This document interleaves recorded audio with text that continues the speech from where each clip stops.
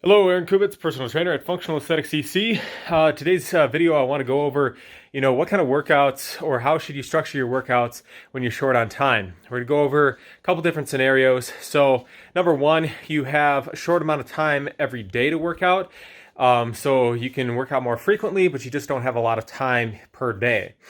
The second scenario would be where you have extremely busy days where you just don't have a lot of time in that particular day to work out, but you can work out longer on other days. And so I'm going to break it down on how you would structure your workouts in those different scenarios.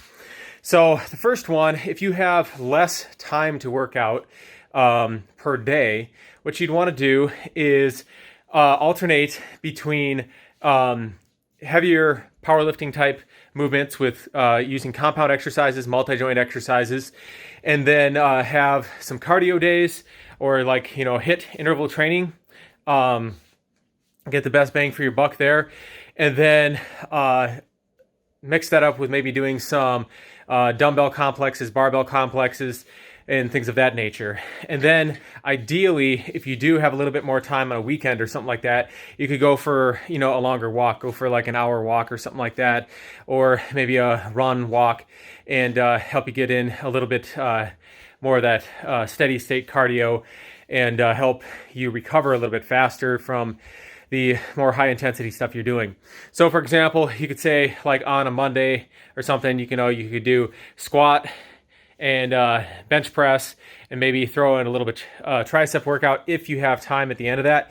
And then the next day you could do maybe some sprint training on a hill or something like that. Do some burpees, plyo box jumps, anything like that. Do intervals like that. You could hop on a stationary bike and go and do intervals, maybe 30 seconds or 10 seconds, high intensity, 30 seconds off, go for like 20 minutes like that. You can vary the different things. There's plenty of HIIT workouts out there that you can check out to get the different protocols for how you'd want to do that.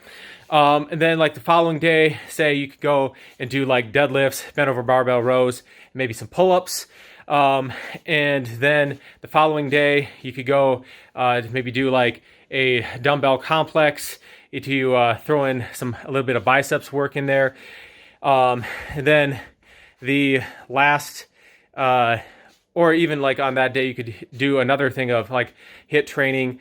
And then for the, fourth workout of the week, maybe do some of the dumbbell complex, take a rest day, do another dumbbell complex, and then maybe take another day off, and then do, like if you have time, do some steady state cardio.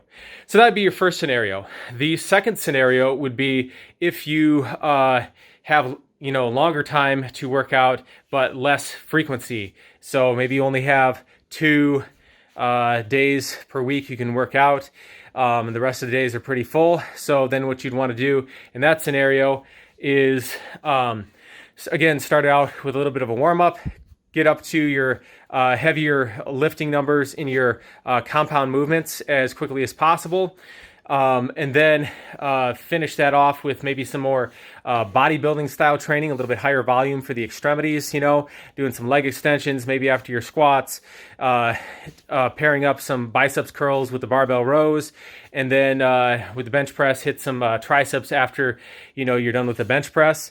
And then at the end of that, hop on a stationary bike, go out for a walk, go out for a jog or whatever, and your workout might, take you total of, 2 hours to complete, in the long scheme of things, but then you're only training 2 days a week, so you have plenty of time to recover from that.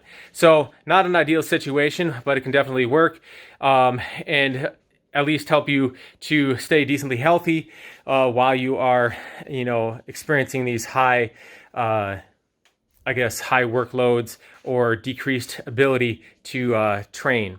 And then ideally, if you do have, a little bit of time for a third day to just go out for a walk or something like that, or at least try to be a little bit more active, doing some form of movement on your other days, whether it's walking, going for a little bit of jog, doing some yard work, things like that can help you to at least stay active on those days that you're not doing anything.